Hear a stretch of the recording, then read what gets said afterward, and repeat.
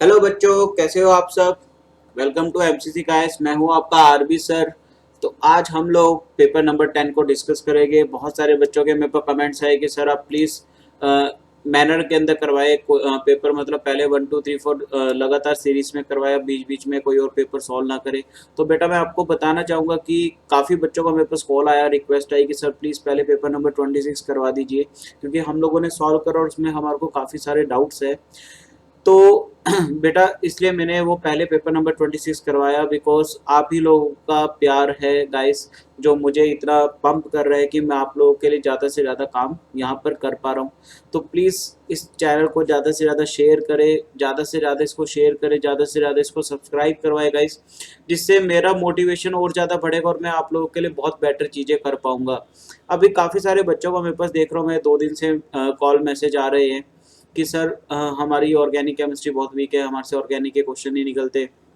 कोई कह रहे सर आपके कॉन्सेप्ट तो आप पढ़ाते हो बहुत अच्छा हो, आपका चीज़ें समझ आता है, बट हमारे से फिजिकल केमिस्ट्री के क्वेश्चन नहीं निकल रहे हैं, या हमारे से ऑर्गेनिक के नहीं निकल रहे, या इनऑर्गेनिक के हमें समझ नहीं आ रहे।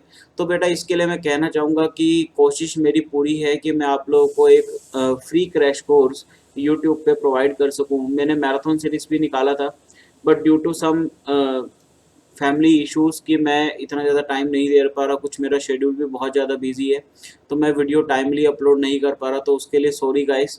तो मैराथन सीरीज़ के नाम से जो मैंने आप लोगों को बोला था गाइस, उसी नाम से मैं आप लोगों को ये क्रैश कोर्स प्रोवाइड करूँगा यूट्यूब पर। बट हाँ, उसमें थोड़ा सा टाइम लग सकता है, बिकॉज मेरे को इतना टाइम नहीं मिल रहा कि मैं बारी बारी से चीज़ों को रिकॉर्ड करके, और मतलब इतनी देर रिकॉर्ड करके और आपको दे पाऊँ, क्योंकि बहुत ज़्यादा टाइम आपको ही पता है इसमें लगता है। तो अभी थोड़ा-सा मतलब प्रॉब्लम है कि शेड्यूल तो बिज़ी है ही मेरा, कुछ मतलब थोड़ा-सा प्रॉब्लम चल रहा है गाइस कि हेल्थ वेल्थ इश्यूज़ है, ठीक है? तो देन जिसकी वजह से ये प्रॉब्लम आ रही है, बट हाँ प्लीज़ ऐसा मतलब मायूस मत होना कि मैं जितनी ज़्यादा, मेरी कोशिश है कि जितना ज़्यादा हो सकता है मुझसे, उतना ज़्यादा मैं आप लोगों के लिए वीडियोज़ जल्दी से जल्दी बनाऊँगा। बाकी पेपर्स तो मैं सॉल्व कर ही रहा हूँ, तो इससे आपको काफ़ी हेल्प मिलेगी। चलिए तो स्टार्ट करते हैं, पेपर नंबर 10 को डिस्कस करें। पहला क्वेश्चन अपन को दिया है, the colour of KMnO4 is due to, okay. तो KMnO4 जो कलर शो करता है, अगर आपको याद हो तो एक बार हम लोगों ने देखा था कि इनमें से कौन सा कंपाउंड कलर शो करता है। तो मैंने आपको कलर केमिस्ट्री के कुछ कॉन्सेप्ट बताए थे। आज इसने बता दिया कि KMnO4 जो है वो कलर तो देता है, बट वो कलर क्यों देता है, मतलब किसकी वजह से दे रहा है, वो अपने को बताना है। तो यहाँ पर अपने को पता है कि यहाँ पर रेजोनेंस बाय चार्ज ट्रांसफर लगेगा, तो इलेक्ट्रॉन ऐसे ट्रांसफर कर रहे हैं यहाँ पर। तो बेसिकली यहाँ पे ये ऑक्सीजन क्या है, हमारे लिगेंड है गाइस, और ये Mn क्या है, हमारा सेंटर मेटल एटम। तो इलेक्ट्रॉन क्या है, लिगेंड से किसकी तरफ जा रहा है, मेटल की तरफ। भाई सोचो, अगर ये इलेक्ट्रॉन यहाँ शिफ्ट नहीं करेगा तो ये वाला इलेक्ट्रॉन इधर क्यों जाएगा, सोचो। अब बहुत सारे बच्चे सोचते हैं, यहाँ पे कंफ्यूज क्या होते हैं, मैंने जैसे पढ़ाते हुए इतने साल हो गए, ठीक है, तो बहुत सारे बच्चों को कंफ्यूज होते देखा है इस क्वेश्चन के अंदर कि सर हम लोग बोलते हैं कि जो कलर प्रोड्यूस होता है वो डी एक्साइटेशन के टाइम पे होता है, ठीक है, चलो मान ली बात कि यहाँ से हम लोग बोलते हैं कि यहाँ से इसने एनर्जी एब्जॉर्ब करी और जब डी एक्साइट करता है तो वो एनर्जी रिलीज कर दी। यार एक बात बताओ ना सिंपल सी, जब तक वो एक्साइट ही नहीं होगा तो वो डी एक्साइट क्यों होगा। भाई इलेक्ट्रॉन एक्साइट होके अनस्टेबल हो रहे हैं, ठीक है ना, इलेक्ट्रॉन को अगर आप एक्साइट कर रहे हो तो वो अनस्टेबल हो रहे हैं, स्टेबल होने के लिए वो डी एक्साइटेशन करा। बट सोचो जब तक एक्साइटेशन ही नहीं होगा, जब तक डी एक्साइटेशन का तो मतलब ही नहीं बैठता।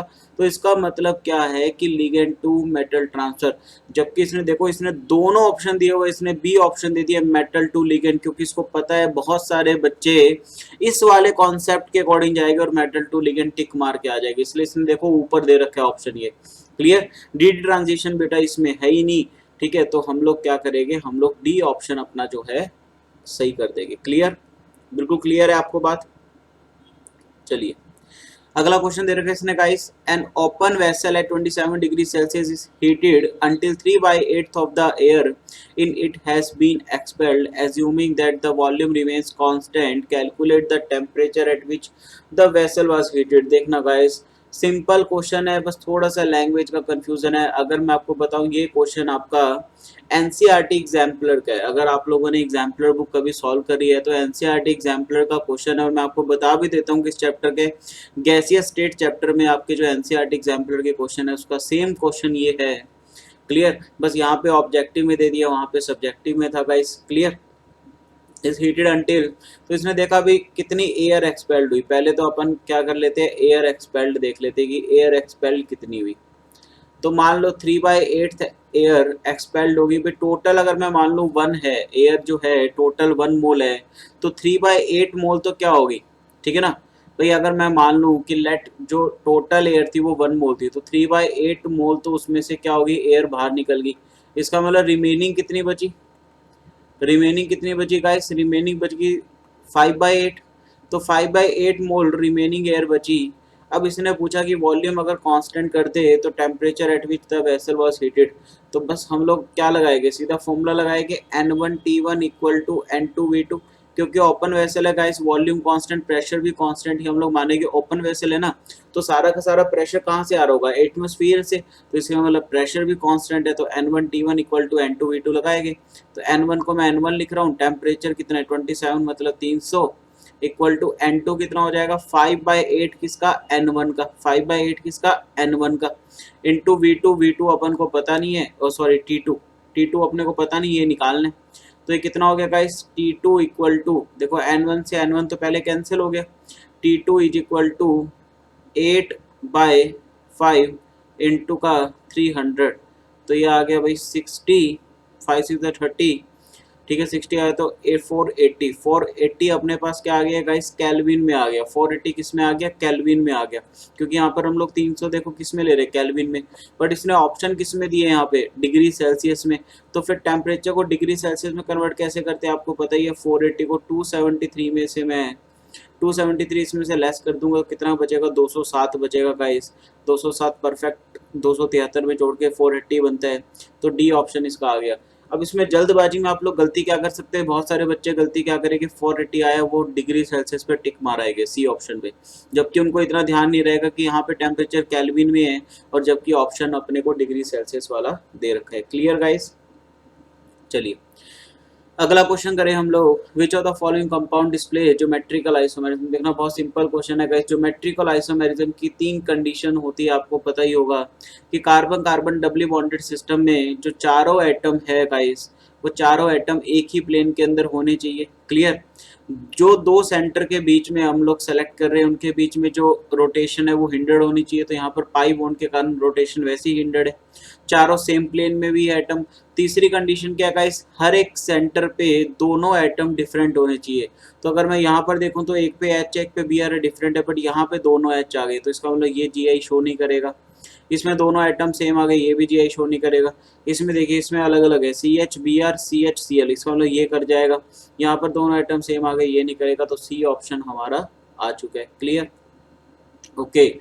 अगला क्वेश्चन है guys, choose from the indicated protons the one that is most acidic. Okay, अपने को एसिडिक बताना है। तो देखो एसिडिक का कॉन्सेप्ट क्या होता है गाइस, ठीक है। एसिडिक स्ट्रेंथ का कॉन्सेप्ट मैं आपको बता देता हूँ, सिंपल सा कॉन्सेप्ट है, हाइड्रोजन निकालिए एनायन बना लीजिए, ठीक है। Acidic strength is directly proportional to stability of anion. तो आप क्या करें, हाइड्रोजन हटाए हर जगह से और क्या बना लीजिए, एनायन बना लीजिए गाइस। और उसके बाद एक सिंपल सा कॉन्सेप्ट लगाइए कि acidic strength is directly proportional to stability of anion. जितना ज़्यादा एनायन स्टेबल उतना ज़्यादा एसिडिक। तो अगर देखो, अगर मैं यहाँ से हटाऊंगा ये हाइड्रोजन, तो क्या इस वाले कार्बन पे नेगेटिव आएगा। क्लियर, यहाँ से हटाऊंगा तो यहाँ से अगर हाइड्रोजन हटा दिया तो इस कार्बन पे आ गया। तो बी वाला तो सबसे ज़्यादा अनस्टेबल है, मतलब सेकंड वाला तो क्या है, सबसे ज़्यादा अनस्टेबल है, क्योंकि कार्बन पे वो मतलब बेंजीन पे डायरेक्ट क्या आ गया, नेगेटिव चार्ज आ गया। तो इट इज़ हाईली अनस्टेबल। तीसरे वाला, अच्छा ये वाला हाइड्रोजन हटाऊंगा तो यहाँ पे नेगेटिव चार्ज आएगा। और अगर ये वाला हाइड्रोजन हटाता हूँ गाइस इसमें से, तो CH2 नेगेटिव बन जाएगा, मतलब एक हाइड्रोजन हट जाएगा और यहाँ पर CH2 नेगेटिव बन जाएगा। अगर मैं ध्यान से देखूं, अब इसमें मेरे को बताना ज़्यादा स्टेबल कौन है। पहले वाला देखो तो रेजोनेंस कर रहे हैं, अच्छा रेजोनेंस करके किस पे आएगा, कार्बन पे नेगेटिव चार्ज आएगा। यहाँ पे रेजोनेटिंग स्ट्रक्चर में किस पे आ रहा है, कार्बन पे नेगेटिव चार्ज। यहाँ पे देखो तो ये यहाँ पे भी कार्बन पे नेगेटिव चार्ज आ रहा है। क्लियर, इधर देखूं तो इधर नेगेटिव चार्ज ऑक्सीजन पे आएगा गाइस। और आपको पता ही है कि मोर इलेक्ट्रोनेगेटिव एटम पे नेगेटिव चार्ज ज़्यादा स्टेबल होता है, तो दैट्स वाई फोर्थ वाला, अच्छा इसमें डी ऑप्शन लिखा नहीं है गाइस, तो डी ऑप्शन मैं यहाँ लिख देता हूँ फोर्थ। तो डी ऑप्शन जो है वो सही होगा हमारा। क्लियर, क्योंकि यहाँ पे मोर इलेक्ट्रोनेगेटिव एटम पे नेगेटिव चार्ज ज़्यादा स्टेबल आ रहा है, तो यही हमारा आंसर होगा गाइस। क्लियर, उसके बाद बोला हुआ है कि a petroleum fraction having boiling range 70 to 200 degree Celsius, okay, containing 6 to 10 carbon atoms per molecule is called. तो आपको पता ही है गाइस, ये तो गैसोलीन होता है। डायरेक्ट एनसीईआरटी का क्वेश्चन है, डायरेक्ट एनसीईआरटी में दिया हुआ है आपको, आपको अगर याद होगा तो आप सीधा बता देंगे it is a gasoline. Clear, चलिए आगे देखते हैं। इसने दिया हुआ है, ओके, ये बहुत सारे ऑप्शन इसमें मिसिंग हो गए हैं गाइस, एक ही ऑप्शन लिखा है। तो पहले तो मैं आपको ऑप्शंस बता दूं कि इसमें ऑप्शंस क्या है। Which question is this, sixth question, okay. तो यहाँ पर देखो गाइस, मैं आपको पहले तो ऑप्शन लिख दूं, ए ये है, बी हमारा यहाँ पर है कुछ इस तरह का, मैं यहाँ बना रहा हूँ,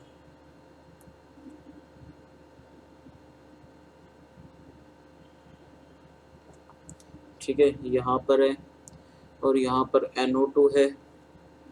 सी जो है हमारा, यही बना रहा हूँ मैं आगे,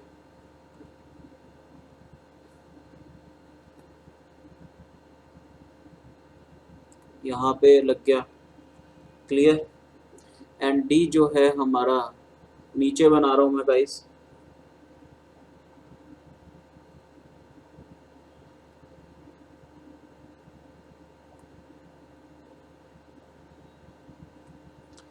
क्लियर।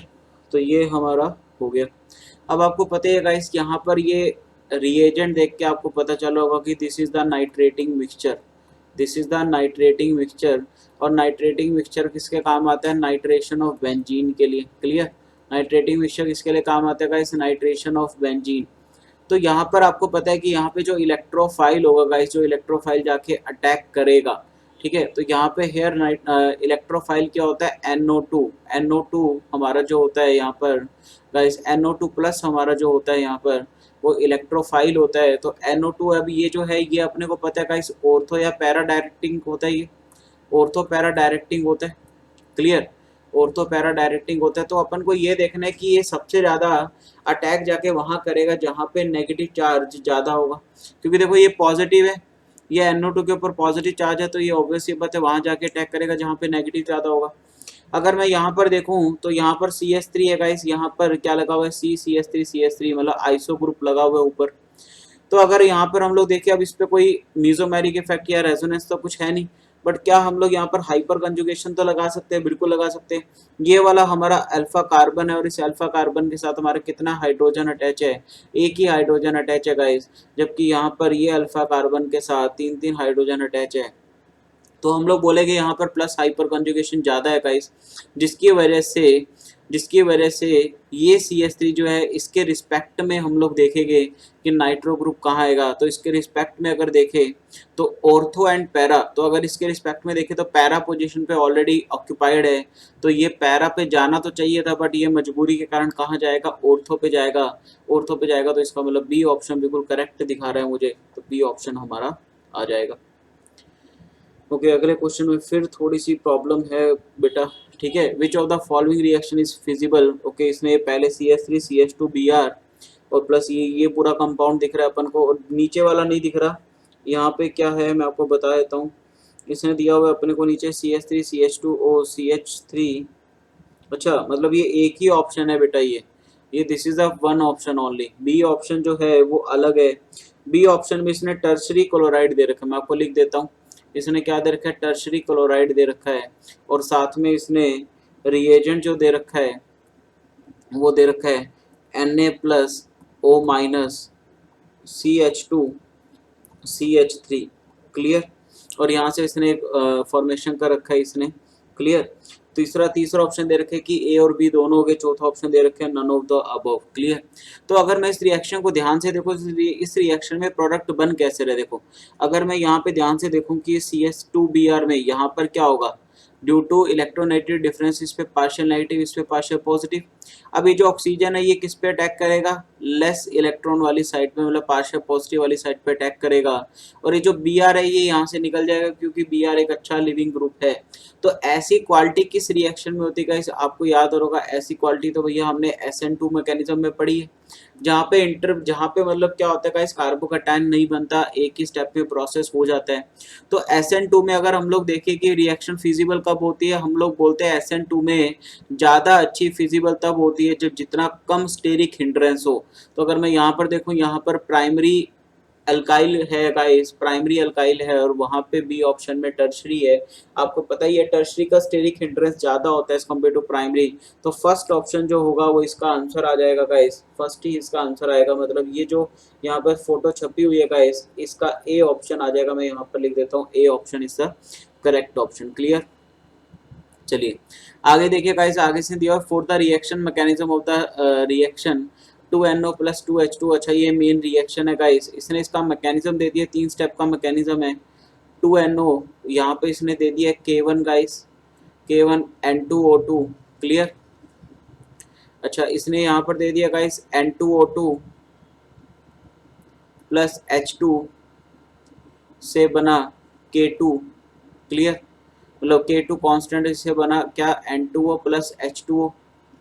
ठीक है ना। और यहाँ पर इसने दे दिया है N2O + H2, यहाँ पर K3 है। ठीक है, N2 + H2O। क्लियर। अब इसमें सबसे पहले अपन को ये देखना पड़ेगा गाइस, ये कॉम्प्लेक्स रिएक्शन का आपने पढ़ा ही होगा कि क्या सिस्टम होता है। इसमें हम लोग बोलते हैं जो स्लो स्टेप होता है वो हमारा RDS होता है गाइस। ठीक है। तो यहाँ पर सबसे पहले इसने क्वेश्चन में कहीं ना कहीं दिया होगा अपन को, मेंशन है, यहाँ पे लिखा नहीं हुआ, यहाँ पे मिस प्रिंटिंग हो गई है गाइस। ठीक है। तो ये इसने लिख रखा है क्वेश्चन में कि this is the fast step guys, this is the slow step and this is also a fast step. तो देखो यहाँ पे अपने को पता है जो स्लो स्टेप होता है, मतलब मिड वाला स्लो स्टेप है, तो रेट इसी का डिफाइन होगा गाइस, इसी से हम लोग रेट बताएंगे। तो आज जो रेट ऑफ रिएक्शन है गाइस, रेट ऑफ रिएक्शन यहाँ पे कितना हो गया, K2 इंटू का N2O2 इंटू का H2। Clear. Is that clear. अब आपको पता है ये N2O2 क्या है बेटा, यहाँ पर इंटरमीडिएट है। और अगर आप लोगों ने अच्छे थोड़े से कॉन्सेप्ट आपने अच्छे पढ़े हो तो आप लोगों को पता है कि रेट लॉ के अंदर इंटरमीडिएट कभी भी नहीं आता। तो हम लोग को अगर एलिमिनेट करना है इंटरमीडिएट को, to eliminate intermediate, clear, to eliminate intermediate, हमारे पास यहाँ पे दो प्रोसेस होते हैं guys, one is the SSA and another is the equilibrium hypothesis. Clear. SSA क्या होता है guys, steady state approximation, and another is the equilibrium hypothesis guys.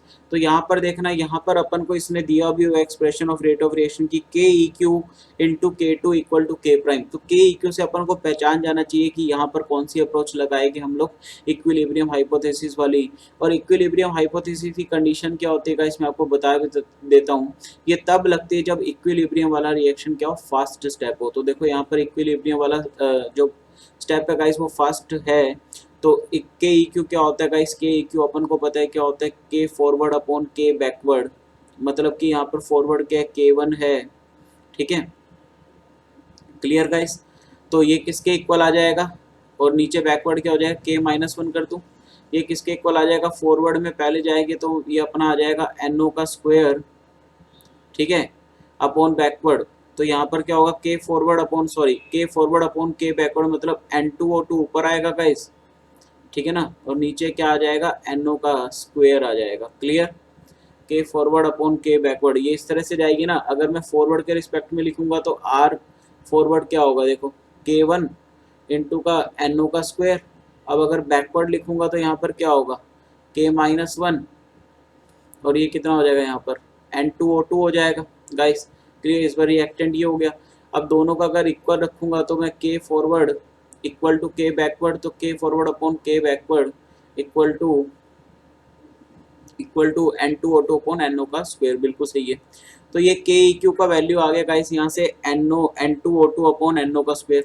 तो क्या यहाँ से मैं अब N2O2 का अगर मुझे एलिमिनेट करना है, थोड़ा सा मैं मिटो रहा हूँ अब गाइस यहाँ पर। ठीक है, यहाँ पे थोड़ा सा मैं इरेज कर रहा हूँ इस चीज़ को। तो मुझे यहाँ पर देखना गाइस, यहाँ पर मुझे क्या है, N2O2 का एलिमिनेट करना है।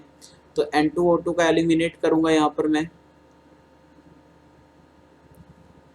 तो N2O2 इक्वल टू कितना आ गया गाइस, KEQ इंटू का NO का स्क्वायर, KEQ इंटू का NO का स्क्वायर। तो ये N2O2 की कॉन्सेंट्रेशन आ गई, बस इसको रेट ऑफ रिएक्शन के एक्सप्रेशन में लिख दो। तो यहाँ पर कितना आ रहा है गाइस, K2 इंटू का KEQ, K2 इंटू का N2O2 था ना, तो N2O2 की जगह क्या लिखूंगा, के क्यू इंटू का NO स्क्वेयर इंटू का H2, क्लियर, इंटू का H2। अब देखो इसने क्या बोला हुआ है, K2 इंटू के क्यू को क्या मान लिया, K प्राइम मान लिया गाइस, तो K prime NO square into H2। तो ये देखो फर्स्ट ही ऑप्शन आ रहा है अपना, तो यही टिक हो गया, यही आंसर आ गया गाइस, क्लियर।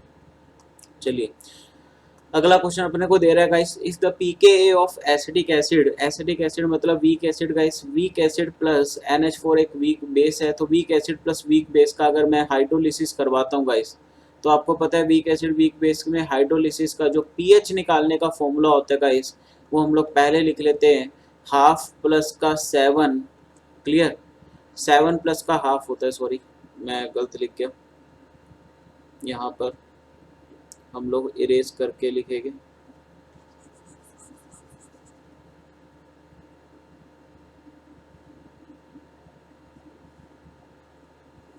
7 प्लस का हाफ pKa माइनस का pKb, क्लियर। तो ये pH का फॉर्मूला होता है गाइस, तो 7 प्लस का हाफ, इसने pK दे दिया है, pK दे दिया इसने 4.76 गाइस, माइनस का 4.75, तो ये कितना हो गया गाइस, 0.01 आ गया।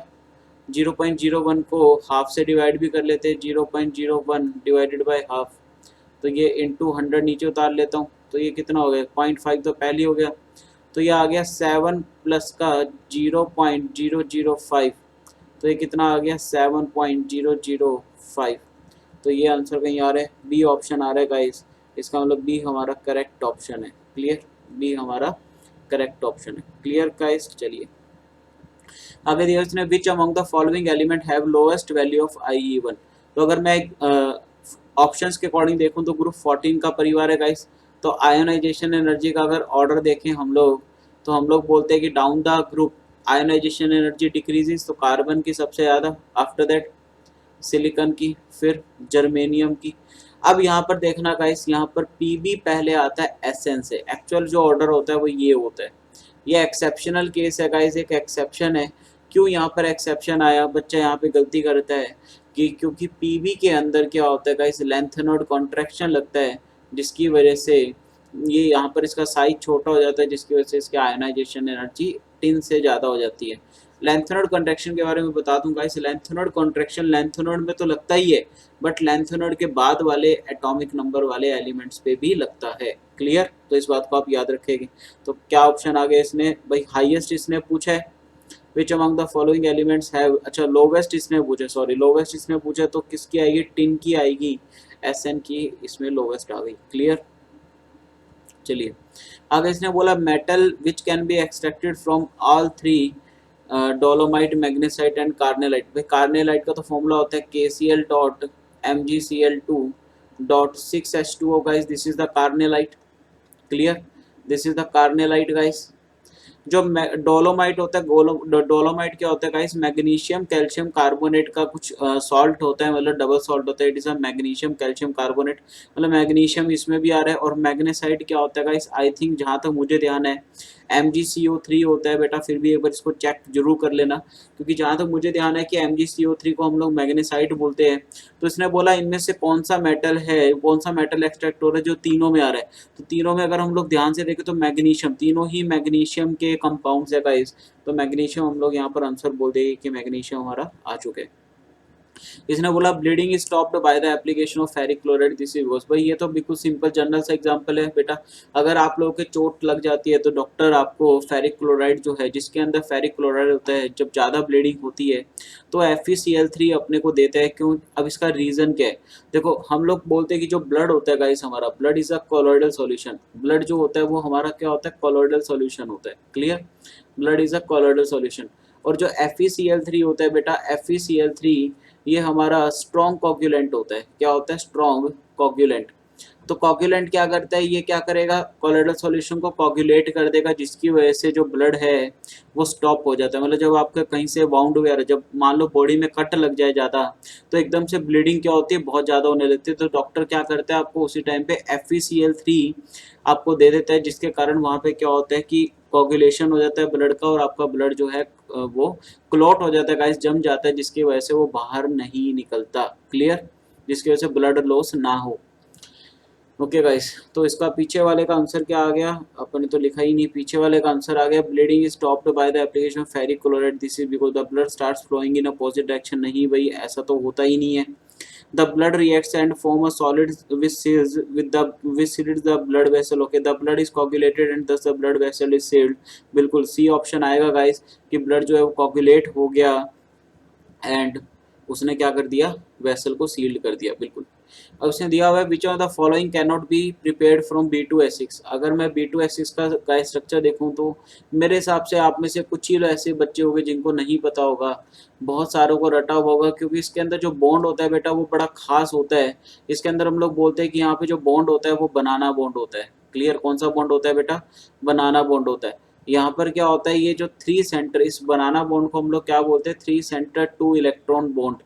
तो यहाँ पर ये जो हाइड्रोजन बॉन्ड बीच वाले होते हैं इनको बोलते हैं इनको बोलते हैं क्या, ब्रिज्ड हाइड्रोजन।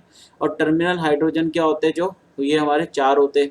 हम लोग बोलते हैं गाइस टर्मिनल हाइड्रोजन की लेस क्या होती है, एनर्जी के होते हैं, लेस एनर्जी के, मतलब इनको तोड़ना ज़्यादा आसान है, इनको तोड़ना ज़्यादा आसान है। तो अगर हमें B2H6 की सब्स्टिट्यूशन रिएक्शन करवानी गई तो सब्स्टिट्यूशन में क्या होता है, कोई ना कोई चीज़ निकलेगी। तो ब्रिज्ड वाले एटम को, ब्रिज्ड वाले हाइड्रोजन एटम को निकालना बहुत मुश्किल है guys as compare to terminal के। तो हम लोग बोलते हैं कि B2H6 की जब भी रिएक्शन करवाते हैं हम लोग तो टर्मिनल हाइड्रोजन निकलते हैं। तो इसने क्वेश्चन क्या पूछा है, which one of the following can not be prepared. अच्छा, इनमें से क्या प्रिपेयर नहीं होगा। तो ऑब्वियसली बात है गाइस, प्रिपेयर करने के अंदर एक बात आपको याद रखनी है कि जितने टर्मिनल हाइड्रोजन है उतने ही तो निकलेंगे। तो इसका मतलब अगर मैं ध्यान से देखूं यहाँ पर कि इसने दिखा हुआ है CH3 तो भी बिल्कुल बन सकता है, क्योंकि 4 हाइड्रोजन दिख रहे हैं अपन को, बट इसने यहाँ पे लिख दिया CH3 6। तो आप खुद सोचो गाइस कि 4 टर्मिनल हाइड्रोजन है तो 6 कैसे लग जाएंगे, 6 कैसे लग जाएंगे। तो इसका मतलब यही हमारा आंसर आ गया कि ये प्रिपेयर नहीं हो सकता। क्लियर। उसने लिखा Gabriel synthesis is used frequently for the preparation of the following. भाई आपको पता होना चाहिए गैब्रियल सिंथेसिस प्राइमरी अमाइंस के लिए सबसे ज़्यादा फ्रीक्वेंटली यूज करने वाला बेस्ट मतलब मेथड है। तो इसका ए ऑप्शन आ गया, इसमें तो कुछ करना था ही नहीं। ठीक है, आगे से दिया हुआ है guys alkane amines have the general formula. Okay, alkane amine का एक हम लोग क्या करते हैं, अल्केन प्लस अमाइन से बना। देखो ये किससे बना, अल्केन प्लस एमाइन। ठीक है, तो हम लोग एक काम करते हैं, हम लोग एक एग्जांपल लेते हैं। मान लो मैंने लिख दिया प्रोपेनामाइन। ठीक है, मैंने क्या लिख दिया गाइस, प्रोपेनामाइन। तो प्रोपेनामाइन इसी का एक मेंबर होगा। प्रोप का मतलब 3 कार्बन है गाइस, 3 कार्बन इसके अंदर है। और लास्ट में मैंने एक हाइड्रोजन की जगह यहाँ पर क्या लगा दिया, NH2 ग्रुप लगा दिया गाइस। तो अब यहाँ पर अगर मैं हाइड्रोजन गिनूँ तो 2 यहाँ पर, 2 यहाँ पर और 3 हाइड्रोजन गाइस यहाँ पर। तो अब मैं यहाँ पर कार्बन गिन लूँ तो कार्बन हो गए 3, हाइड्रोजन गिन लूँ तो कितने हो गए, 3 2 5 6 7 2 9। तो 9 हाइड्रोजन हो गया। नाइट्रोजन कितना हो गया गाइस, 1 हो गया। अब यहाँ पर अपन को जनरल फॉर्मूला बताना है तो मैं बता देता हूँ। तो 3 हाइड्रोजन है CnH2n, इसमें पुट करके देख लो वैल्यू। अगर मैं C को 3 N को 3 पुट करूंगा इसमें 3 3 दूनी 6 और 3 9 और N, तो मतलब देखो बी ऑप्शन बिल्कुल मैच कर रहे हैं। तो बी ही हमारा आंसर आ गया। क्लियर। चलिए आगे दिया हुआ अगला question, an ester C4H8O2 on treatment with excess methyl magnesium chloride followed by acidification gives an alcohol B। Clear.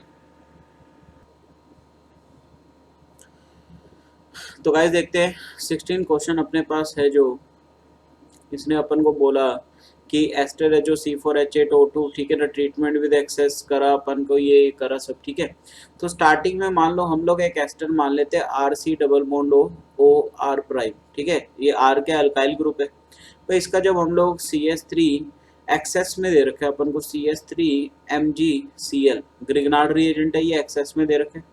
तो हमें पता है यहाँ पे होगा कि ये CH3 नेगेटिव यहाँ पर अटैक करेगा। ठीक है, ये OR प्राइम जो है ये अच्छा एक लिविंग ग्रुप है, OR ग्रुप जो है। तो यहाँ से जो बना लेगा ये बना लेगा RC डबल बॉन्ड CH3। फिर वापस से यहाँ पर एक अटैक करेगा, वापस से ग्रिग्नार्ड रिएजेंट अटैक कर जाएगा। ग्रिग्नार्ड रिएजेंट अटैक करेगा तो फिर ये वापस यहीं पे अटैक करेगा। तो कुछ इस तरह का सीन बना लेगा RC डबल बॉन्ड O। अच्छा, यहाँ से बॉन्ड टूटा, O पे माइनस आ गया, CH3 यहाँ पर CH3 और यहाँ पर MgCl लग गया। अब इसका इसने बोला कि एसिडिफिकेशन करवाया, मतलब H प्लस से जब रिएक्ट कराएंगे तो अपन को पता है अल्कोहल बनता है। अब देखो यहाँ पर जो है ये OH बन गया, ठीक है ना, यहाँ पर जो है ये OH बन गया। अब मेन बात ये है कि ये जो अल्कोहल बना गाइस, इट मे बी बेटा, ये इट मे बी सेकेंडरी और टर्शरी। भाई अगर मैं इस आर को, इस वाले आर को अगर मैं CH3 मान लूँ तो ये टर्शरी हो गया, और अगर इस आर को मैं H मान लूँ तो फिर ये सेकेंडरी हो गया। इसने आगे दिया कि NaOCl के साथ जब इसको ऑक्सीडाइज करवाया, मतलब ये बी कोई अल्कोहल बनोगा, this is our B compound guys, ये बी हमारा कंपाउंड है, ठीक है। इसको जब आगे NaOCl के साथ, अब NaOCl का मतलब यहाँ पर हेलोफॉर्म रिएक्शन की बात कर रहा है बेटा ये, ठीक है। हेलोफॉर्म आपको याद होना चाहिए कि हेलोफॉर्म रिएक्शन कभी भी टर्शरी अल्कोहल के साथ नहीं देता, ठीक है। टर्शरी अल्कोहल को ऑक्सीडाइज करना बहुत मुश्किल है।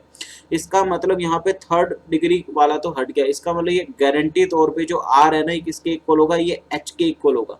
इतनी बात तो अपन को समझ आई कि R जो है साहब वो H के इक्वल होगा, ठीक है। इसका मतलब जो स्टार्टिंग में एस्टर अपन ने लिया होगा वो कुछ इस तरह का होगा कि एक आर तो इसका एच हो गया, और अब 4 कार्बन थे टोटल, तो एक कार्बन तो ये हो गया, तो 3 कार्बन में अपने पास जो बनेगा एस्टर वो C3H7 बनेगा।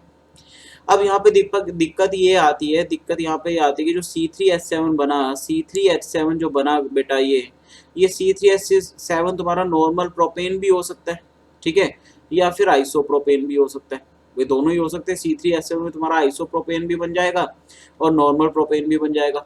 अब दिक्कत ये आती है कि दोनों से ही सेकेंडरी अल्कोहल बनेंगे, तो इसका मतलब तो 2 ऑप्शन आने चाहिए, ठीक है ना, इसका मतलब तो दोनों ऑप्शन आने चाहिए। अगर मैं ए और सी को ध्यान से देखूं तो ए में आइसो लिख रखा है, बट सी में क्या लिख रखा है, एन प्रोपेन। पर अब यहाँ पे देखो थोड़ा सा एक, अगर आप थोड़ा सा दिमाग लगा ले तो यहाँ पर इसने एक चीज लिखी हुई है बहुत बढ़िया सी, किसने बोला कि जो अल्कोहल बी है वो सोल ऑर्गेनिक प्रोडक्ट है। देखो इसने क्या लिखा हुआ है, sole organic product. Sole organic product का मतलब बेटा क्या होता है कि जो अल्कोहल यहाँ पर बन रहा है वो एक ही जैसे टाइप का अल्कोहल बनना चाहिए, क्योंकि देखो ना यहाँ पे अल्कोहल 2 तरह से बनेगा, एक तो इस आर की वजह से अल्कोहल बन रहा है, और ये जो एक आर प्राइम जुड़ा हुआ है इसकी वजह से भी तो अल्कोहल बनेगा, ये भी तो अल्कोहल में कन्वर्ट होगा। इसका मतलब जो दोनों अल्कोहल बन रहे हैं ये दोनों एक जैसे होने चाहिए, अलग अलग नहीं होने चाहिए। और एक जैसे आपको पता है बेटा किस में बनेंगे, देखो आइसो ग्रुप किसको बोलते हैं, CH3 तो एक जैसे अल्कोहल तो इसी में बन सकते हैं, दोनों तरफ क्या मिथाइल ग्रुप है। बट अगर मैं इसको एन प्रोपेन ले लेता तो एक जैसे अल्कोहल कभी भी ना बनते।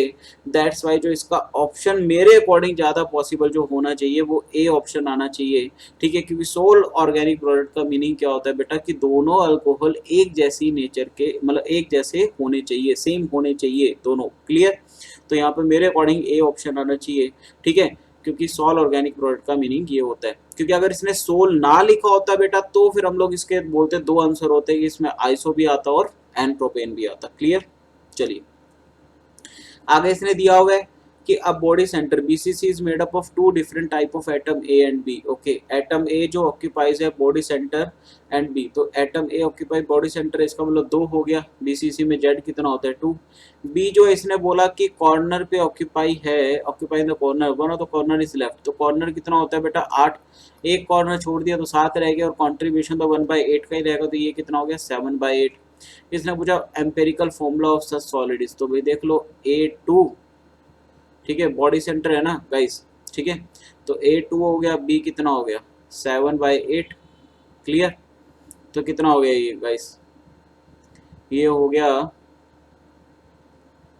मैं कुछ गलती तो नहीं कर गए, atom A occupies the body centre and atom B occupying the corner position. Body centre है तो कॉर्नर पे तो होगा ही, अच्छा बॉडी सेंटर है गाइस, सॉरी बॉडी सेंटर पर है, तो बॉडी सेंटर पर है तो बॉडी सेंटर वाला तो यार एक ही होगा, बॉडी सेंटर वाला तो एक ही होगा, ठीक है ना, क्योंकि ए बॉडी, अब body centre cubic lattice BCC तो इसने यूनिट सेल दे रखा है, ए जो है वो बॉडी सेंटर पे है, मतलब बॉडी सेंटर तो एक ही होता है, और बी जो है वो 7/8 है, तो ये A8B7 जो है मेरे अकॉर्डिंग यहाँ पर बनना चाहिए। तो इसका सही आंसर जो आएगा गाइस वो डी आएगा, A8B7, ठीक है, तो ए जो है वो 1 आएगा। इसने दिया propene on reaction with hypochlorous acid gives. Okay, तो भाई प्रोपीन जो है CH3CH डबल बॉन्ड CH2, ये हमारा प्रोपीन होगा, इसको इसने रिएक्शन करवाया हाइपोक्लोरस एसिड के साथ। आपको पता है ये कैसे टूटेगा, OH माइनस, और यहाँ पर OH जो है वो माइनस में होगा, Cl यहाँ पर प्लस में होगा गाइस। तो अब ये पाई बॉन्ड जो है, अब देखो अगर मैं इसको यहाँ ब्रेक करूंगा तो प्लस चार्ज आएगा यहाँ पर, ये प्राइमरी कार्बोकेटाइन है, और यहाँ ब्रेक करूंगा तो ये सेकेंडरी बनेगा, और आपको पता है सेकेंडरी कार्बन ज़्यादा स्टेबल होता है। तो यहाँ पर कैसे आ जाएगा इसका रिएक्शन, CH3 CH, बीच में लगेगा OH, लास्ट में लगेगा क्या, Cl लगेगा। ऐसा ऑप्शन कहाँ दिख रहा है, पहले में दिख रहा है, तो पहला ही ऑप्शन आ गया हमारा। क्लियर। चलिए इसने आगे बोला the structure of B3N3H6 is as follows. ठीक है, इसने B3N3H6 का स्ट्रक्चर दे दिया। How many derivative structure of B3N3H4X2 can be derived. Okay, तो इसने बोला दो हाइड्रोजन को दो हेलोजन से रिप्लेस करना, तो कितने तरह के स्ट्रक्चर बनेंगे। चलो भी बिल्कुल बनाते हैं भाई, अच्छा क्वेश्चन है गाइस। यहाँ पर BH है, यहाँ पर एक NH है, अच्छा सॉरी N यहाँ पर है, H यहाँ पर है, ठीक है ना। फिर BH, फिर NH, फिर BH, और फिर NH। क्लियर। तो देखो यहाँ पर अगर इसको मैं नॉर्मल पोजीशन मान लूँ तो ये ऑर्थो है, ये मेटा है, ये पैरा है। क्लियर। तो एक H यहाँ पर और एक इस इन दोनों H को अगर मैं हटा दूँ तो इसको क्या बोलूँगा, ऑर्थो। इन दोनों H को हटा दूँ तो ऑर्थो बोलूँगा। अच्छा मेटा कैसा होगा, मेटा कैसा होगा, अगर मेटा में देखूँ तो मेटा कैसा होगा गाइस, मैं आपको बता देता हूँ, सीधा ही लिख रहा हूँ मैं यहाँ पर। ये वाला हाइड्रोजन हटा दूँ और ये वाला हाइड्रोजन मैं हटा दूँ तो इसको क्या बोलूँगा, इसको बोलूँगा मेटा। अब देखो मेटा में यहाँ दोनों हाइड्रोजन बी से हटे, बट एक बार यहाँ पे पॉसिबिलिटी आ सकती है कि अगर मैं इसको मान लूँ तो इसके रिस्पेक्ट में जो मेटा पोजीशन होगी वो कौन सी होगी, नीचे। मतलब एक बार बी में से हट रहा है तो एक बार एन में से भी हट सकता है। इसका मतलब मेटा के यहाँ पर दो फॉर्म होगी गाइस, एक बार बी से हट रहा है तो एक बार एन से हटेगा। बट यहाँ पे अगर तुम हटाओगे तो यहाँ पर सेम ही रहेगा, अगर तुम इस एन बी से हटाओगे तब भी सेम है, इधर से हटाओगे तब भी सेम है। तो ऑर्थो का एक बना, मेटा का एक बना, ऐसी पैरा का भी एक बनेगा। तो टोटल कितने स्ट्रक्चर बन गए यहाँ पे, 4 बन गए गाइस। अच्छा ऑप्शन दे नहीं रखे, तो सी में अगर देख लेता हूँ एक बार ऑप्शन क्या गाइस, ऐसे नहीं लिख रहा मैं रैंडमली, ठीक है ना। तो इसका ऑप्शन देख लेते हैं एक बार बेटा, क्या है क्वेश्चन में। सी इसने दे रखा है बेटा, एक मिनट, सी 4 दे रखा है, ओके सी ही 4 दे रखा है, और डी जो इसने दे रखा है वो 5 दे रखा है, तो सी हमारा जो है एक्यूरेट आंसर हो गया। Clear, is that clear guys. चलिए आगे चलते हैं। अगला क्वेश्चन है standard entropy of X2Y2 and XY3 इसने रिएक्शन दे दिया भाई, हाफ X2 प्लस का 3/2Y2 से बना क्या, XY3, इक्विलिब्रियम पर है भाई रिएक्शन। डेल्टा एच इसने दे दिया अपन को किलो जूल में, टेम्परेचर शुड बी। तो सबसे पहले यहाँ पर अपने को अगर इसने एंट्रोपी दे रखा है तो गाइस, तो चेंज इन एंट्रोपी निकाल सकते हैं, जो कि क्या होता है, change in entropy of product minus का change in entropy of reactant. बस मोल का याद रखना है, एक मोल के लिए होती है ये, तो अगर मोल कम ज़्यादा है तो उससे हम लोग मल्टीप्लाई भी करेंगे। तो प्रोडक्ट में अगर मैं देखूँ तो एक ही मोल है, तो प्रोडक्ट के लिए तो एज इट इज़ आ जाएगी गाइस। XY3 की इसने 50 दे रखी है माइनस, अब यहाँ पर देखो इसने एक एक मोल के लिए दे रखी है H2, बट X2 का हाफ मोल है, तो हाफ इंटू का 60 मतलब 30 प्लस का हाफ इंटू 3/2 इंटू 30, 3/2 इंटू 30 का मतलब 15 3 45, 45 यहाँ पर आ गया। क्लियर, प्रोडक्ट माइनस रिएक्टर देख लो, 390 90 टू द 90/2 45, तो यहाँ 4 3 7 70 75 हो गए, तो माइनस का 25 किलो जूल जो आ गई यहाँ पर हमारी क्या आ गई, पर मोल एंट्रोपी आ गई। क्लियर, क्लियर है। अच्छा किलो जूल नहीं है, सॉरी गाइस ये जूल में ही है, सॉरी ये जूल में है, माइनस का 25 जूल पर मोल आ गई, क्योंकि इसमें जूल पर केल्विन पर मोल दे रखा है, तो जूल पर मोल, जूल पर केल्विन पर मोल अपनी एंट्रोपी आ गई। अब अपन को निकालना क्या, टेम्परेचर। तो मेरे को पता है टेम्परेचर कैसे निकाल सकता हूँ, डेल्टा एच इसने दिया हुआ, तो delta G equal to delta H minus का टी डेल्टा एस। अब यहाँ पे कुछ बच्चे कंफ्यूज हो गया, डेल्टा जी क्या होगा। आपको मैं बताता हूँ रिएक्शन इक्विलिब्रियम पर, तो आपको पता है इक्विलिब्रियम में डेल्टा जी क्या होता है, 0 होता है। इसका मतलब यहाँ से delta H equal to T delta S के इक्वल आ गया गाइस, तो टेम्परेचर इक्वल टू आ गया delta H upon delta S S के। तो डेल्टा एच कितना है, माइनस का 30 इंटू का 10⁻3, डेल्टा एस कितना है गाइस 25, माइनस का, तो माइनस से माइनस कैंसिल हो गया गाइस 25, और ये 30, 5 बन जाए 25, 5 6 का 30, और यहाँ से कितना हो गया गाइस, ये 1000 है ना, तो 200 पे ये गया, तो 200 इंटू 6 1200, 1200 केल्विन आंसर आएगा। तो 1200 केल्विन आ गया गाइस, ए ऑप्शन आ गया। क्लियर। चलिए आगे देखना guys, how many complexes among the following are paramagnetic. बेटा कॉन्सेप्ट बता देता हूँ, आप लोग चेक कर लीजिएगा, हर किसी के बहुत सारे कंपाउंड है यहाँ पर। मैं आपको कॉन्सेप्ट बता देता हूँ सिर्फ क्या पैरामेग्नेटिक का मतलब, अपने को अनपेड इलेक्ट्रॉन देखने, जैसा मैं पहला देखूँ MnCN6 3 माइनस। क्लियर। तो यहाँ पर क्या होगा बेटा, यहाँ पर Mn के ऊपर +3 होगी। अब Mn+3 में किस किस कैसी कॉन्फ़िगरेशन होगी, 4s2 3d, 5 तो नॉर्मल में होती है, तो यहाँ पर क्या हो जाएगा 3d4 हो जाएगा गाइस। अब 3d4 है तो यहाँ पर क्या होगा, ऑक्टाहेड्रल है तो नीचे तो आएगी T2g, ऊपर आएगी Eg। तो T2g में 4 इलेक्ट्रॉन भरने हैं, तो 3 और 1 4। ठीक है, यहाँ पर 4 इलेक्ट्रॉन हमने पेयरिंग यहाँ पर करवानी थी गाइस, क्योंकि ये स्ट्रॉन्ग फील्ड लिगेंड है। तो 2 इसके पास अनपेड इलेक्ट्रॉन बचे, इसका मतलब ये पैरामैग्नेटिक है। तो ऐसे बस आपको चेक करने CrH2O635। अब यहाँ पर देखें 3+, तो क्रोमियम यहाँ पे +3 में है। क्रोमियम आप याद रखना गाइस, एक्सेप्शनल कॉन्फ़िगरेशन होती है, 4s1 3d5 होता है। तो 3 इलेक्ट्रॉन निकालूंगा, 4s0 3d3, तो d3 आ गया गाइस, इसका d3 आ गया। अब d3 है T2g में यहाँ पर भरेंगे, तो यहाँ पर वीक फील्ड ही है, तो पेयर तो होगी नहीं, पेयर ही नहीं होगी, तो यहाँ पे 3 आ गई अपने यहाँ पे अनपेड, तो इसका मतलब ये भी होगा। तो इस तरह से आप चेक कर लीजिए और अपना आंसर लिख लीजिएगा। अगर फिर भी आपको किसी में डाउट आता है तो प्लीज़ मुझे कमेंट करके बोल दे, मैं बता दूंगा आपको। ठीक है, आगे देखते हैं guys, P4O6 reacts with water according to equation. तो अपने को देखना गाइस, अपने को यहाँ पर क्वेश्चन दिया हुआ है कि P4O6 जो है वो वाटर के साथ ऐसे रिएक्ट कर रहे हैं। Calculate the volume of 0.1 molar NaOH solution required to neutralize acid. Okay, तो देखना अभी P4O6 जो है गाइस, वो वाटर साथ रिएक्ट करके, इसने रिएक्शन बैलेंस करके ऑलरेडी दे दी है। तो यहाँ से 4 मोल्स H3PO3 के बना रहे। अब ऑब्वियस ये बात है, जो चारों मोल H3PO3 के है, ये किसी एसिड को न्यूट्रलाइज कर रहा है NaOH के साथ। अच्छा, NaOH इसको न्यूट्रलाइज कर रहे हैं, तो ऑब्वियस ही बात है यहाँ से जो बनेगा वो क्या बनेगा, Na2HPO2 प्लस का वाटर, एसिड बेस रिएक्शन होगी, न्यूट्रलाइजेशन, तो वाटर तो निकलेगा।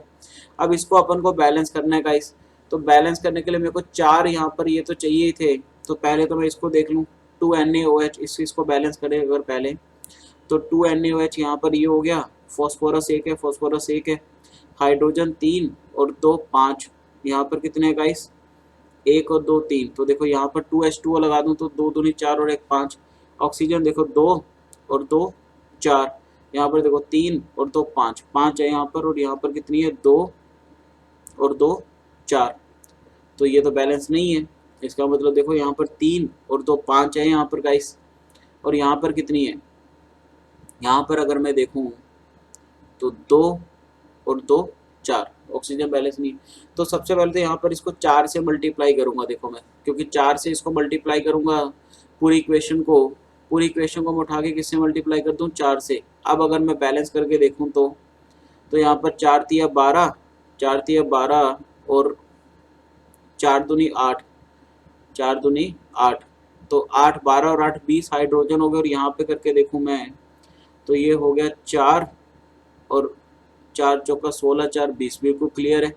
4 दूनी 8 ऑक्सीजन प्लस का 8 ऑक्सीजन 16, यहाँ पर देखूँ तो 12 12 और 8, यहाँ पर देखना यहाँ पे कितना हो गया, 12 और 4 16, यहाँ पे कितनी है 4 दूनी 8 और 4 दूनी 8, 8 और 8 16। मतलब यहाँ पर रिएक्शन क्या है भैया, ये बैलेंस है। ठीक है, बैलेंस है, तो इसका मतलब क्या करेंगे अपन, 4 से इसको मल्टीप्लाई करा। अब यहाँ से देना 4H3PO3 से 4H3PO3 कैंसिल हो गया, तो यहाँ पर क्या बचा बेटा, P4O6 बचा, प्लस का 6 वाटर मॉलिक्यूल इधर थे, इधर 8 बच रहे थे, तो 2 इधर लिख दूंगा मैं। यहाँ पर 8 NaOH बना। एक बार रिएक्शन को फिर से हम लोग चेक कर लेंगे कि बैलेंस हुई नहीं हुई टोटल लिखने के बाद। और यहाँ पर कितने बच गए, अब 4 Na2HPO2 प्लस का 8, यहाँ पे 2 वाटर मॉलिक्यूल लिख दूँ भाई, 8 इधर थे 6 उधर थे। अब इस रिएक्शन को एक बार वापस से चेक कर लेते हैं हम लोग, ये रिएक्शन बैलेंस है या नहीं है। फॉस्फोरस 4 है यहाँ पर फॉस्फोरस 4 है, बिल्कुल बैलेंस है। 8 सोडियम है, 8 सोडियम है, बिल्कुल बैलेंस है। ऑक्सीजन चेक करूँ तो 8 ये हो गए, 6 ये हो गए, 8 और 6 14। और यहाँ पर देखो अगर मैं 4 दूनी 8, 4 दूनी 8, 8 और 2 10, नहीं, ऑक्सीजन बैलेंस नहीं है बेटा यहाँ पर। देखो यहाँ पर सिर्फ 10 ही ऑक्सीजन बन रहे हैं और यहाँ पर कितने हैं, 6 और 8 14 है, 4 ऑक्सीजन की कमी है। इसका मतलब कहीं ना कहीं बैलेंसिंग में गड़बड़ है। तो इसको मैं एक काम करता हूँ, यहाँ पर क्या करूँ मैं, यहाँ पर हाइड्रोजन मैंने 2 बैलेंस करे थे ना, इसको चेंज करते हैं हम लोग। तो यहाँ पर अगर मैं देखूँ तो 3 ऑक्सीजन, 3 और 2 5, यहाँ पर कितनी है गाइस 2, और इसको अगर मैं 3 कर दूँ 5, तो ये 3 दूनी 6, 3 दूनी 6 और एक 7, 7 हाइड्रोजन हो गए यहाँ पर। और यहाँ पर क्या हो गया गाइस, यहाँ पर कितने हैं अब देखना एक बार, 2, 2 और 3 तो 5। तो मैं काम कर सकता हूँ, इसको 7 बनाने के लिए क्या करूँ, 1 मिनट गाइस, इसको दोबारा मिटो के करते हैं एक बार, दोबारा हम लोग दोबारा से मिटो के करते हैं, एक minute, sorry guys.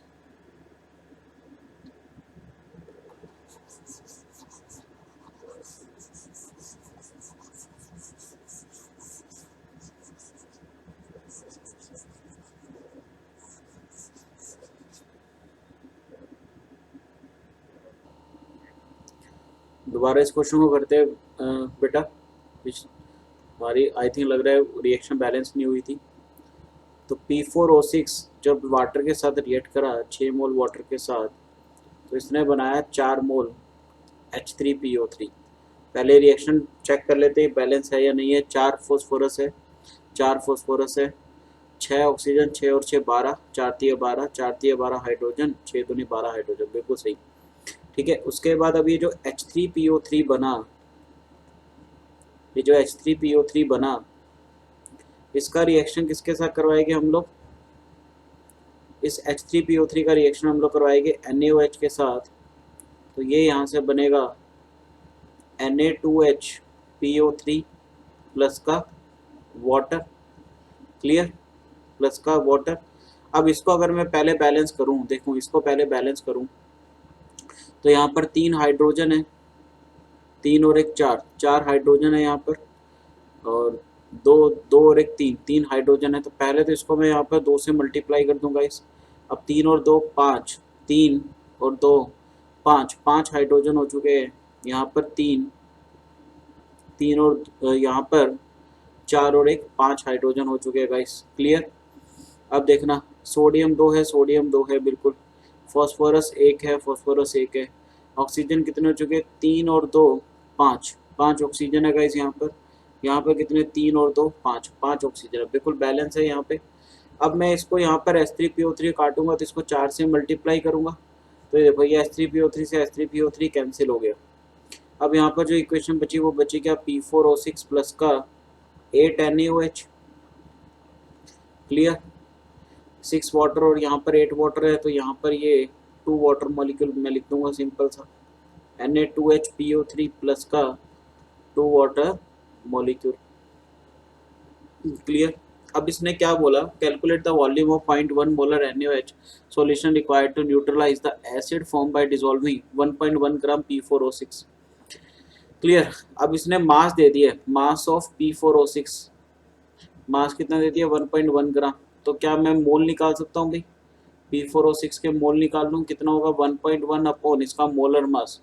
Molar mass कितना होगा, फॉस्फोरस के एक एटम का जो मास होता है 31 होता है, तो 31 इंटू 4 124 और इंटू 6 16 छिका 6 छिका 36 96, तो 6 और 4 10, 9 2 11 और 1 12, तो ये आ गया 220, ठीक है। इसको अब मैं करूँगा यहाँ पर तो ये आ जाएगा 11, तो ये आ गया 1/200।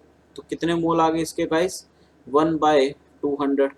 अब देखो इसके 1 मोल से इसके 8 मोल NaOH की जो है यहाँ पर है, इसने बोला कंप्लीट अगर न्यूट्रलाइज करना है, अगर न्यूट्रलाइज करना है तो इसका मतलब इसके 1 मोल से इसके 8 मोल बनेंगे।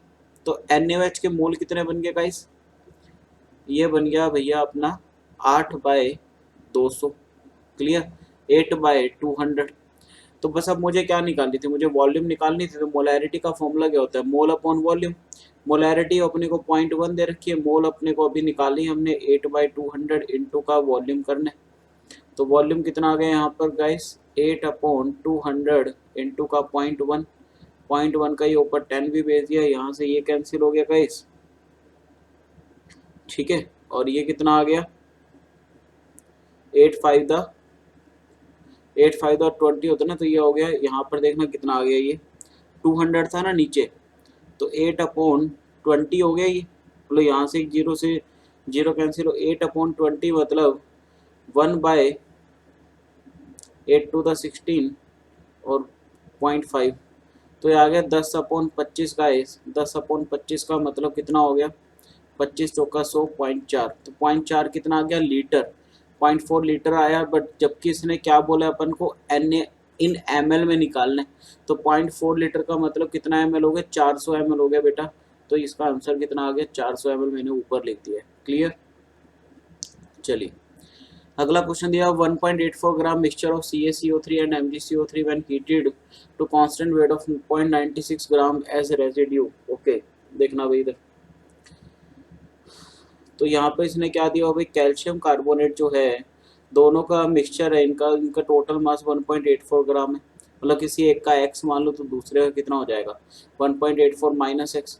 तो कैल्शियम कार्बोनेट को जब हीट करा तो यहाँ पर कैल्शियम ऑक्साइड प्लस CO2, अब CO2 तो गैस है, सॉलिड में यही है, तो इसका मैंने मान लो लेट क्या मान लिया, x ग्राम मास मान लिया, तो इसके x/100 इसके क्या हो गए, मोल, इसके x/100 मोल से, अब क्योंकि रिएक्शन बैलेंस है, इस CaO की भी x/100 मोल ही बनेगी।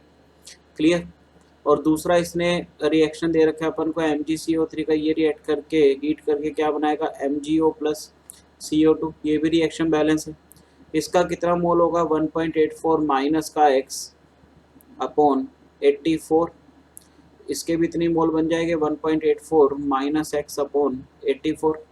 अब दोनों के मोल आ गए, तो पहले तो मैं मास निकालूं दोनों का, तो मास ऑफ कैल्शियम ऑक्साइड कितना हो जाएगा भाई, मोल इंटू मोलर मास, मोल है x/100 इंटू मोलर मास कितना हो गया, 40 और 56, ठीक है। तो this is the first equation. ऐसी मोलर मास ऑफ मैं क्या निकाल लूँ, MgO का कितना हो जाएगा, इस 1.84 माइनस का x/84 इंटू का कितना हो गया, ये MgO का 24, 24 और 16, 24 10 34 और 6 40, 40 हो गया, तो ये सेकंड इक्वेशन होगी। अब इन दोनों को जैसे ही ऐड करते तो इनका टोटल मास दे दिया अपने को 0.96, मतलब इन दोनों को ऐड कर लेंगे अपने, तो ये हो गया 56 x/100 माइनस प्लस का 40 इंटू 1.84 गाइस। तो मैं इसको एक काम करता हूँ, मैं इसको 184 को 4 से मल्टीप्लाई कर लेता हूँ, तो कितना हो गया ये अब इसको मैं मल्टीप्लाई करता हूँ तो 184 को 4 से, 4 4 द 16, 8 4 द 32, 33, और यहाँ पर 4 द 4 7, 4 4 3 7, तो यहाँ पर देखो 2 डेसिमल प्लेस के बाद था, इंटू 0 था, ठीक है ना, तो 0 तो पहले लगा दो, अब 2 डेसिमल प्लेस के बाद लगाने, तो कितना हो गया 73.6 माइनस का 40x। क्लियर, और अपॉन में क्या आएगा इसके 84। क्लियर ना, अपॉन में क्या आ गया गाइस 84। क्लियर, क्लियर है ये। अब इसका क्या ले लेंगे यहाँ से एलसीएम, एलसीएम लेंगे तो यहाँ से क्या आ जाएगा अभी, इसको किसके इक्वल लिख दूंगा 0.96 के, 0.96 के इसको इक्वल लिखूंगा, यहाँ से किसकी वैल्यू आ जाएगी, x की वैल्यू आ जाएगी। तो mass of CaCO3 in the mixture पूछा गाइस, तो CaCO3 का मास x था, तो बस आपका आंसर आ जाएगा। क्लियर, तो x की वैल्यू आ गई, तो x इसका मास माना था हमने, x ग्राम माना था CaCO3 का, तो वही आंसर आएगा, तो आप लोग फाइंड कर ही लेंगे। क्लियर, चलिए अगले का, the change in the oxidation state of iodine when excess chlorine water is added to an iodide salt. Okay, इसने पूछा change in oxidation state of iodine when excess chlorine water is added, excess chlorine water मतलब Cl2 plus H2O chlorine water is added to an iodide salt. अब iodide salt का मतलब I minus, तो आपको पता है Cl2 जो होता है गाइस वो क्या होता है, Cl2 जो क्या होता है वो एक एक ऑक्सीडाइजिंग एजेंट होता है। और आपको पता है कि जब भी आयोडीन और वाटर आता है गाइस, जब भी ये I माइनस को किस में कन्वर्ट करेगा, I2 में कन्वर्ट कर देगा, राइट। I2 में कन्वर्ट कर देगा। और I2 और जब वाटर जब भी हमेशा आते हैं तो किस में कन्वर्ट होता है, HiO3 में कन्वर्ट होता है। किस में कन्वर्ट होता है, हमेशा HiO3 में। तो I2 प्लस वाटर कभी भी आपको दिख जाएगा इस, तो हमेशा क्या बनाता है, आयोडिक एसिड बनाता है HiO3। आयोडिक एसिड में इसकी स्टेट कितनी होगी, +5। अब ये कहाँ से इसने पूछा, चेंज इन ऑक्सीडेशन स्टेट, मतलब चेंज हुआ होगा कहीं से। तो सबसे पहले यहाँ पर क्या करा होगा, अगर मैं Cl को किसके साथ रिएक्ट करवा दूँ, यहाँ पर चेंज पूछा है तो चेंज कितने में हो रहा होगा भाई, पहले आयोडीन किस में था, -1 में, -1 से +5 बन रहा है गाइस। देखो -1 से किस में बन रहा है, -1 से किस में जा रहा है, +5 में जा रहा है। तो इसका मतलब 6 का चेंज आ गया है यहाँ पर। तो आंसर कितना आ जाएगा, 6 आ जाएगा गाइस। -1 से +5 पे जा रहा है, देखो -1 0 1 2 3 4 5, 1 2 3 4 5 6, 6 आ गया ना, 1 2 3 4 5 6, 6 का चेंज आ रहा है। तो यहाँ पर 6 हमारा जो होगा वो आंसर आ जाएगा गाइस। क्लियर, अगला देखते हैं।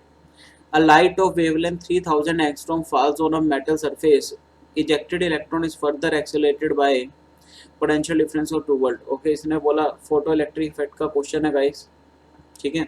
इसने बोला एक लाइट है जिसकी वेवलेंथ है 3000 एंगस्ट्रॉम और ये मेटल सरफेस पे फॉल करी, इजेक्ट इलेक्ट्रॉन इज फर्दर। अब जो इलेक्ट्रॉन इजेक्ट करा गाइस, उसको डिटेक्टर तक पहुंचने से पहले हम लोगों ने और इसके अंदर 2 वोल्ट का एक्सेलरेशन मतलब पोटेंशियल डिफरेंस दे दिए। तो जो फाइनल काइनेटिक एनर्जी आई इलेक्ट्रॉन की वो इतनी आई जूल में। तो सबसे पहले तो यहाँ पर देखो अपने को इलेक्ट्रॉन वोल्ट में निकालना, तो जूल को मैं इलेक्ट्रॉन वोल्ट में कन्वर्ट कर लूँगा। तो 1 इलेक्ट्रॉन वोल्ट इक्वल टू अपन को पता है कितना होता है, 1.6 इंटू 10⁻⁻19 जूल। तो जो काइनेटिक एनर्जी फाइनल है गाइस, जो जिसकी वैल्यू अपने को दे रखी है वो है 8 इंटू 10⁻⁻19 जूल। इसको इलेक्ट्रॉन वोल्ट में कन्वर्ट करूँगा तो कितना कर दूंगा, 1.6 इंटू 10⁻⁻19, ठीक है। तो ये यहाँ से कितना आ गया, 5 आ गया गाइस, 5 इलेक्ट्रॉन वोल्ट आ गया। तो काइनेटिक एनर्जी फाइनल अपने पास आ गई गाइस 5 इलेक्ट्रॉन वोल्ट। अब फाइनल काइनेटिक एनर्जी होगी क्या इसमें, कि जो मैक्सिमम काइनेटिक एनर्जी थी प्लस का जो यहाँ पर पोटेंशियल एनर्जी हमने दिया प्लस जो हमने पोटेंशियल यहाँ पर पोटेंशियल डिफरेंस दिया, इसके इक्वल है। अब यहाँ पर चक्कर आता है कि काइनेटिक एनर्जी फाइनल तो मुझे पता है बट मुझे के मैक्स निकालना है। और के मैक्स कैसे निकालते हैं गाइस, आप लोगों को पता ही होगा, एनर्जी ऑफ फोटोन माइनस का वर्क फंक्शन फाई, जिसको फाई बोलते हैं, work function minimum energy, threshold energy भी बोल सकते हैं। अब फोटोन की जो एनर्जी है वो कैसे निकालूंगा, फोटोन की एनर्जी मैं निकाल लेता हूँ सीधा, आपको फॉर्मूला अगर पता हो 12400 अपॉन लैम्डा इन एंगस्ट्रॉम। तो लैम्डा इसमें एंगस्ट्रॉम में है तो ये इलेक्ट्रॉन वोल्ट पर एटम में आती है। तो ये लगभग आ जाएगी 12400 अपॉन में कितना करूँगा लैम्डा 3000, तो ये लगभग आएगा 4.13 इलेक्ट्रॉन वोल्ट पर एटम के बेस पे। तो यहाँ से क्या हो गया, अपना काइनेटिक एनर्जी मैक्सिमम अपने को दे दी 5 इलेक्ट्रॉन वोल्ट और फोटोन की जो एनर्जी है गाइस वो कितनी दे दी है, फोटोन की एनर्जी यहाँ पर दे दी अपने को 4.13 इलेक्ट्रॉन वोल्ट। क्लियर, ये दे दिया गाइस, फोटोन की एनर्जी हो गई है Hc अपॉन लैम्डा। और साथ में यहाँ पर क्या थी भाई, ये अपना प्लस EV0 था, प्लस EV0 यहाँ पे जाके माइनस EV0 हो जाएगा। तो यहाँ पर मैं 3 इलेक्ट्रॉन वोल्ट कर दूँ और माइनस का 5 था गाइस, तो यहाँ पर ये कितना आ गया 1.13 इलेक्ट्रॉन वोल्ट आ गया गाइस, ठीक है ना। 1 पॉइंट कुछ समथिंग आएगा ना, मतलब 5। और अब इसने 8 का वैल्यू बताया था तो इसको मैं करूँगा तो लगभग 9 के आसपास आएगा। तो 9 इलेक्ट्रॉन वोल्ट पर एटम अपना जो होगा वो आंसर आ जाएगा गाइस, 9 इलेक्ट्रॉन वोल्ट पर एटम। तो थोड़ा सा आप कैलकुलेशन में यहाँ पे देख लेना, मतलब आपको बता दिया मैंने ये इधर चल के, क्योंकि यूनिट सेम है तो हम लोग इसको ऐड सब्ट्रैक्ट कर सकते हैं। क्लियर, तो ये हमारा एग्जाम था गाइस, पेपर नंबर 10 का सॉल्यूशन मैंने आपको प्रोवाइड करवा दिया है पूरा। अगर आपको कुछ भी फिर भी गलतियाँ लगती है आप प्लीज़ मुझे कमेंट्स करें, और अगर आपको कुछ लगता है कि हमें डाउट है या हमें चीज़ें समझ नहीं है, कॉन्सेप्ट क्लियर नहीं है, तो बेटा आप लोग व्हाट्सएप भी मुझे कर सकते हैं।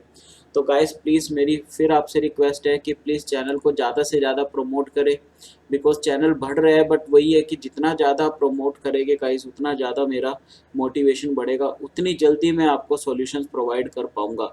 और आई थिंक अब आप देख रहे होंगे कि पहले से गलतियाँ जो है वो काफ़ी कम हो गई है, क्योंकि बेटा ऐसा नहीं है कि कॉन्सेप्ट नहीं आता, कॉन्सेप्ट आता है, बट वही है कि जल्दबाजी के कारण कई बार आती हुई चीज़ भी गलत बोली जाती है, या मतलब कह लो आप कैलकुलेशन मिस्टेक हो जाती है।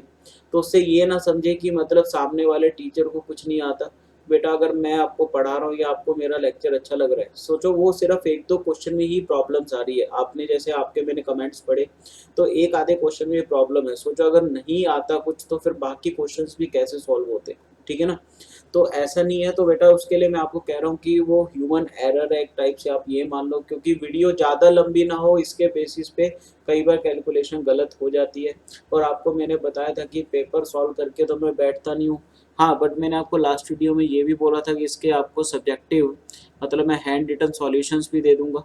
तो अगर आपको इस पेपर के चाहिए हो तो प्लीज़ आप लोग टेलीग्राम पे या मेरे को व्हाट्सएप लिख के भेज सकते हैं कि सर इसके भी सॉल्यूशन हमें डाल दो, तो मैं टेलीग्राम ग्रुप पर इसके भी सॉल्यूशन आपको डाल दूंगा। क्लियर। वैसे ये वाला पेपर में तो लगभग क्वेश्चन मैंने सॉल्व ही करवा दिए यहीं पर, तो आप लोगों को जरूरत तो आएगी नहीं, बट फिर भी अगर आपको कोई पर्टिकुलर क्वेश्चन देखना हो कि सर इसका कैसे हो एक बार दोबारा बता दो, भेज दो, तो मैं उसका सॉल्यूशन जो है टेलीग्राम चैनल पे डाल दूंगा। ओके गाइस, तो आज के लिए इतना ही करते हैं फिर। Thank you very much. Okay, bye bye. Best of luck for your JEE 2020 exam.